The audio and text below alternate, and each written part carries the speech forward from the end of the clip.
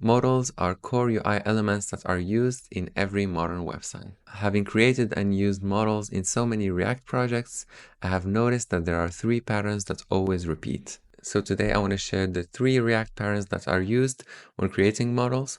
This will allow you not only to easily create models, but also avoid a lot of edge cases. If you're new to my channel, hi, my name is Youssef and I'm an IT consultant working in Hamburg, Germany. In this channel, I cover a lot of topics related to React and front-end development. So what I have here is this application, which is a phone book, and it has these 3 types of modals. And I actually built this application in my previous video on React Query. So the first model you're going to see here is this create new contact. Then we have an edit contact model, which looks like this. And then we have a confirmation dialog, which is used when the user wants to delete a contact. And now if you take a look at the code, you're going to see that there are some differences between these dialogs that are not necessarily visible. And the first one is when it comes to this add contact. And this is what I like to call a simple model. And the reason is that this model does not depend on anything.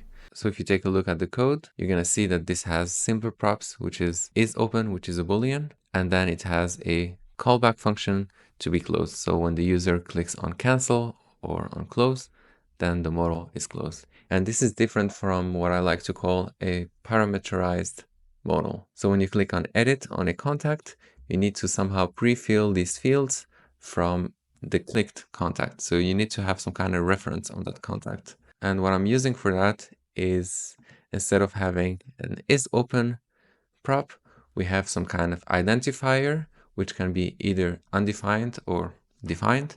And in this case, this is the contact ID. So when the contact ID is undefined, then the user hasn't selected anything yet. And when the user clicks on edit a contact, this value is going to be set.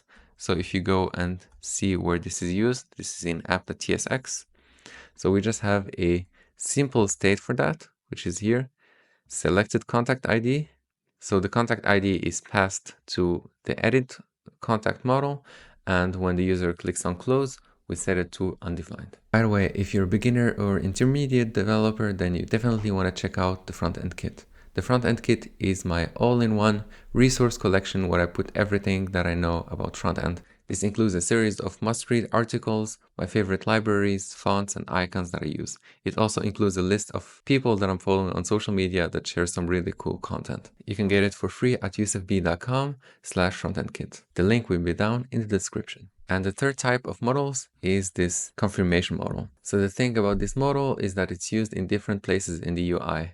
So you can use it either here to delete this contact, or you can use it somewhere else if the user is about to do some dangerous action. So you can call this either a global model or context-based model. And the way it looks like is that we have a confirmation model, which uses a context. And inside this context, we have is model open, and then we have 2 actions, confirm and cancel. So this is the UI part of it. And if you go inside this hook, you're going to see that this is a context. And this context provides us with 4 fields. First is modal open, confirm and cancel. These are all the fields that are used inside the modal. And then we have another very special function, which is ask user. And this function can be used inside any component to confirm an action before performing it.